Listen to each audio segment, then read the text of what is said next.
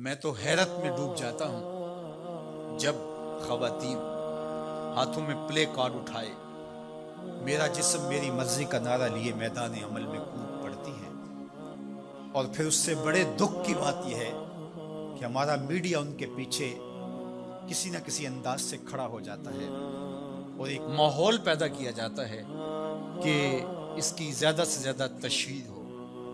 میرا معاشرہ، میرا دین، میری مشرقی روایات، میرا کلچر، میرا تمدن، میری تہذیب اس کی حمایت نہیں کرتا۔ میرا دین تو مجھے اس بات کا سبق دیتا ہے، میری بہن کو، میری بیٹی کو، میری ماں کو، میری بیوی کو میرا دین یہ سبق دیتا ہے کہ وَلَا تَضْرِبْنَ بِأَرْجُلِهِنَّ لِيُعْلَمَ مَا يُخْفِينَ مِنْ زِينَتِهِنَّ، کہ وہ اتنے زور سے قدم بھی نہ رکھیں کہ ان کے پاؤں میں پڑے ہوئے پازیب کی چھنکار غیر مرد کے کانوں تک پہنچے۔ جو اسلام اپنی شہزادیوں کے پاؤں میں پڑے ہوئے پازیب کی جھنکار بھی غیر مرد تک جانے سے روکتا ہے، تو کیسے گوارا کیا جا سکے کہ ٹھمکے لگا کے عورتیں ہاتھوں میں پلے کارڈ اٹھائے بلند آواز سے نعرے لگا رہی ہوں اور جو ہے وہ دھمک دھمک کر کے جو ہے وہ اپنے حقوق مانگ رہی ہو۔ تم حقوق کس سے مانگتے ہو؟ محمد عربی نے تمہیں 14 صدیاں قبل حقوق دیے، اور اگر تم اسلام کو نہیں مانتی اور اسلام کے ضابطوں سے انحراف کرتی ہو تو تمہیں میں ایک نقشہ ماضی کا دکھانا چاہتا ہوں کہ تمہارے وجود کو بھی گوارا نہیں کیا جاتا۔ اٹھا کر کے سسکتی بچی کو زندہ درگور کر دیا جاتا۔ بھائی اس لیے کاٹ دیتا تھا کہ کل کوئی میرا بہنوئی نہ کہلائے۔ عکاس کے میلے میں بیٹوں کے ہاتھوں مائیں فروخت نہیں ہوئی؟ تذلیل کا اور کیا روپ تھا جو عورت نے نہیں دیکھا تھا؟ یہ تو اسلام کا فیض ہے کہ اسلام نے ماں کا روپ دیا، اسلام نے عورت کو بہن کا روپ دیا، عزتوں کی مسند پہ بٹھایا۔ بیٹیاں زندہ درگور ہو رہی تھی، میرے حضور نے کہا میری فاطمہ میرے جگر کا ٹکڑا۔ اس کو بتایا کہ تو تکریم کی جگہ پہ ہے، تو عزت کے مقام پہ ہے، اور حضور علیہ السلام سے سیدہ ملنے آتی، حضور اٹھ کے استقبال کرتے۔ عورت کہتی ہے مجھے حق نہیں دیا گیا جتنے حق تجھے دیے گئے۔ مرد کو وراثت میں ایک حق دیا گیا، عورت کو 2 حق دیے گئے۔ وہ باپ کی وراثت میں بھی حق لیتی ہے، شوہر کی وراثت میں بھی حق لیتی ہے، اس کو 2 حق دیے گئے۔ تو یہ تو عزت اسلام کی دی ہوئی ہے، یہ تو وقار اسلام کا دیا ہوا ہے۔ اسلام نے تجھے تکریم کی مسند پہ بٹھایا، اسلام تمہیں عزت کے مقام پہ بٹھایا، تو آوارہ ہو گئی؟ تو ہاتھ میں پلے کارڈ اٹھائے بازاروں میں گھومنے لگی، آوارگی کو اپنا حق سمجھنے لگی؟ یہ تو نقص تھا، یہ تو جاہلیت کے زمانے کی عورتوں کا مزاج تھا۔ تجھے تو یہ کہا گیا فَلَا تَخْضَعْنَ بِالْقَوْلِ فَيَطْمَعَ الَّذِي فِي قَلْبِهِ مَرَضٌ، کہا کہ جب دروازے پہ دستک ہو یا تو فون اٹھا لے، مجبوری ہو کسی غیر مرد سے تجھے بات کرنا، تو تجھے میرا دین کہتا ہے اپنی آواز میں لوچ نہ پیدا ہونے دینا، آواز کو تھوڑا سا کرخت کر دینا، دل کا کوئی روگی تیری آواز کی نرمی سے کوئی اور معنی نہ نکال لے۔ تو اتنی پاک اور پردے دار ہے کہ تیرے بارے میں خیال بھی پاک رہنے چاہیے۔ تجھے دیکھ کے مرد کو ادب سے نظریں جھکانے کا حکم دیا گیا ہے۔ نگاہیں نیچی کر لو، محمد کی شہزادی آ رہی ہے۔ نگاہیں نیچی کر لو، فاطمہ کی بیٹی آ رہی ہے۔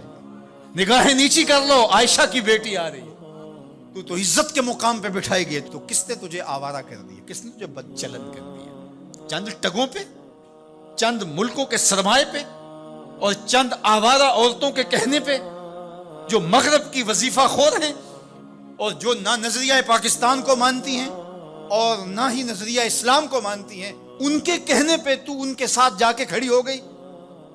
پلٹا واپس، تیری راہیں تیرا دین دیکھ رہا ہے۔ یہ 4 دن کی زندگی ہے، یہ بکھر کے ٹوٹ جانے والی سانسیں ہیں۔ آجا، تیرا دین انتظار کر رہا ہے، تیری نسلیں تیرا انتظار کر رہی ہیں۔ بطول باش و پنہا شو ازیں اثر کہ در آغوش شبیر بگیری۔ اقبال نے کہا بہن بطول بن جا اور زمانے کی نگاہوں سے پوشیدہ ہو جا، پھر تیری آغوش میں بھی حسین کے جانشین پیدا ہوں گے۔ تو مغرب کی ٹینو نہیں ہے، تو محمد کی بیٹی ہے، اور تیرا پردہ تیرے لیے بوجھ نہیں ہے، تیرے پردے کی ایک ایک سلوٹ تیری آبرو کا پیرا ہے۔ تیرا برقع تیری عظمتوں کا نشان ہے۔ جب تو برقعے میں سمٹ کر، جب تو شرعی پردے کے ساتھ ڈھیلا لباس پہن کے گھر سے کسی کام سے مجبوراً نکلتی ہے تو فرشتے بھی ادب سے سر جھکا لیتے. حضرت عبداللہ ابن عباس غالباً بیٹھے تھے تو آپ کے پاس کوئی تابعی بیٹھے تھے. تو اچانک آپ نے فرمایا تمہیں جنتی عورت نہ دکھاؤں؟ انہوں نے کہا جی دکھائیے. تو کہا وہ جو سیاہ رنگت کی خاتون گزر رہی ہے یہ جنتی ہے. تو انہوں نے کہا وہ کیسے؟ کہا ایک دن یہ حضور کے پاس آئی اور آقا کریم سے کہنے لگی حضور میرے لیے دعا کر دیجیے، مجھے مرگی کے دورے پڑتے تو میں گر پڑتی ہوں، تو آپ میرے لیے دعا کر دیجیے میں اس بیماری سے بچ جاؤں. تو اللہ کے محبوب علیہ السلام نے فرمایا اگر تو صبر کرے تو تیرے لیے جنت کا وعدہ ہے. آپ کہو تو میں دعا کر دیتا ہوں تم ٹھیک ہو جاؤ گے، لیکن اگر تم صبر کرو تو جنت کا وعدہ ہے. تو اس نے کہا ٹھیک ہے مجھے منظور ہے، جنت وعدہ ٹھیک ہے، لیکن جب میں گرتی ہوں تو میرا پردہ کھل جاتا ہے، عورت ذات ہوں. چلو ٹھیک ہے بیماری رہے گروں بھی، لیکن اتنی دعا تو کر دیں کہ پردہ نہ کھلے. تو اللہ کے محبوب نے فرمایا ہاں یہ دعا میں کر دیتا ہوں. کہا کہ مرگی کے دورے سے اب بھی پڑھتے ہیں، اب بھی گر جاتی ہے، لیکن اللہ اس کے پردے کی حفاظت کرتا ہے. اللہ اکبر. تو پردہ کتنی اہم چیز ہے اور ہمارا دین ہمیں اس کی تلقین کرتا ہے کہ تمہارا حیا نہیں لٹنا چاہیے، تمہارے پردے کی حفاظت رہنی چاہیے. حیا دین ہے اور حیا کے ساتھ اسلام کا تعلق کتنا گہرا ہے کہ یہ دونوں جڑی ہوئی چیزیں ہیں. ایک رخصت شے ہوتی ہے تو دوسری بھی رخصت ہوتی ہے.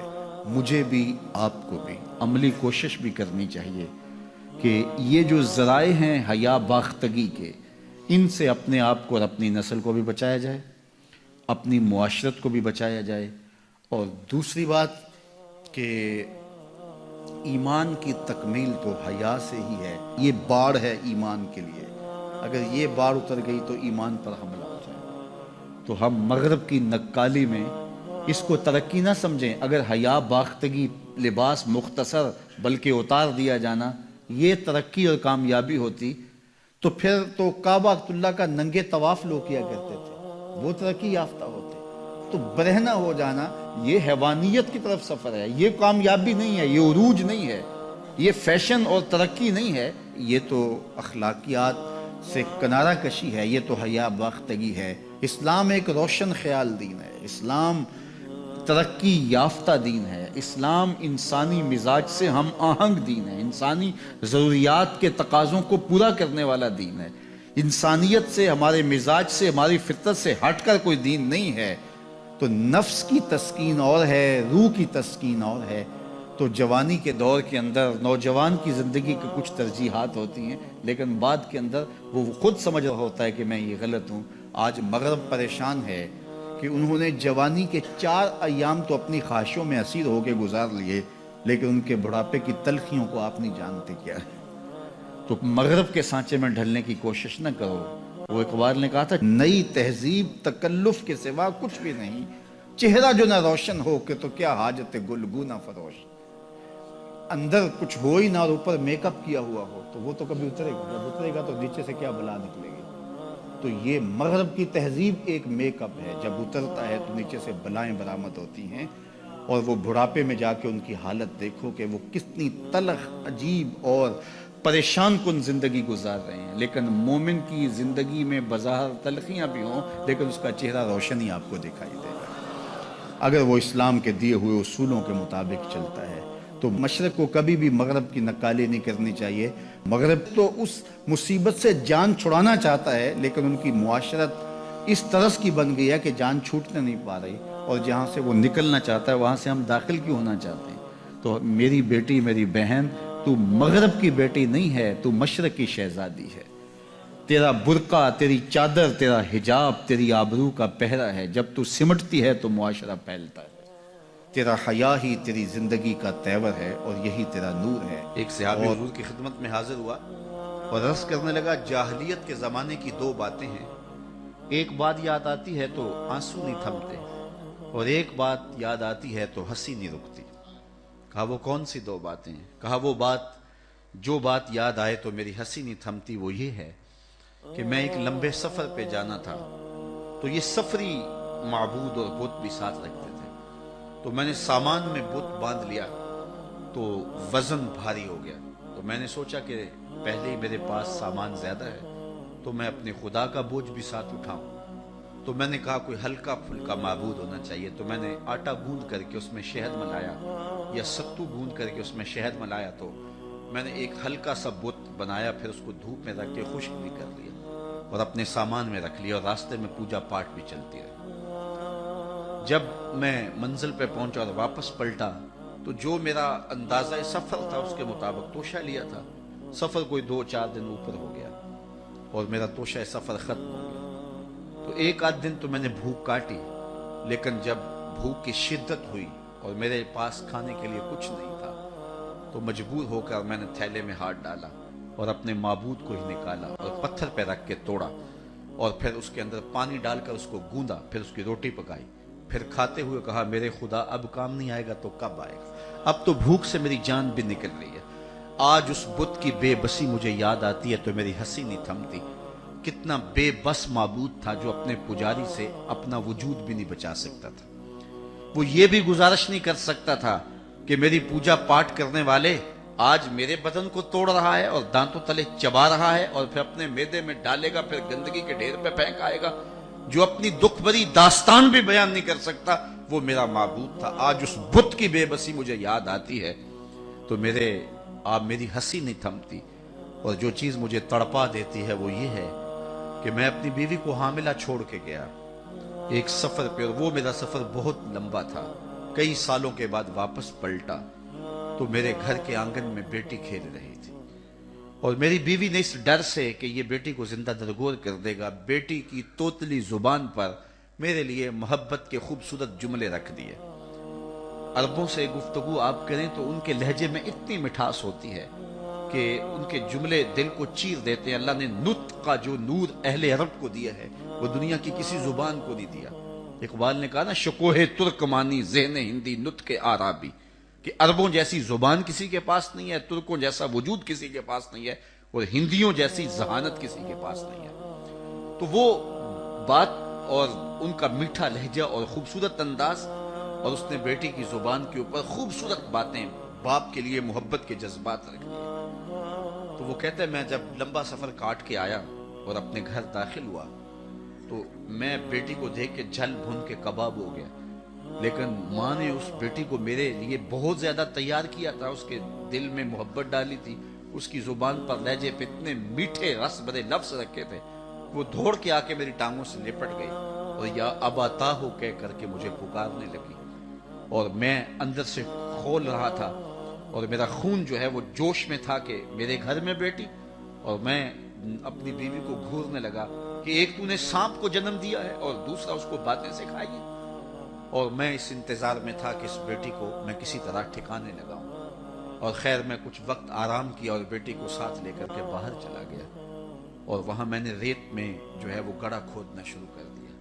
میری بیٹی کو میرے سے اتنا پیار تھا، اتنی محبت تھی کہ جب میں تھکن سے چور ہوتا اور میرے ماتھے پہ پسینہ آتا، وہ آگے بڑھ کے اپنے دامن کے چلو سے ماتھے کا پسینہ صاف کرتی، اور میرے دل میں کوئی نرمی اس کے باوجود پیدا نہ ہوتی، اس سماج کی جھوٹی رسموں میں ایسا جکڑا ہوا تھا، اور اس بیٹی کے لیے میرے دل کے اندر اتنی نفرت تھی کہ میں اس کو بہت جلد صفحہ ہستی سے مٹانا چاہتا تھا، لیکن اس بیٹی کو پتا نہیں تھا کہ یہ سب کچھ کیوں ہو رہا ہے، ستم کوشیاں ہیں، کرم کاریاں ہیں، بس ایک دل کی خاطر یہ تیاریاں ہیں۔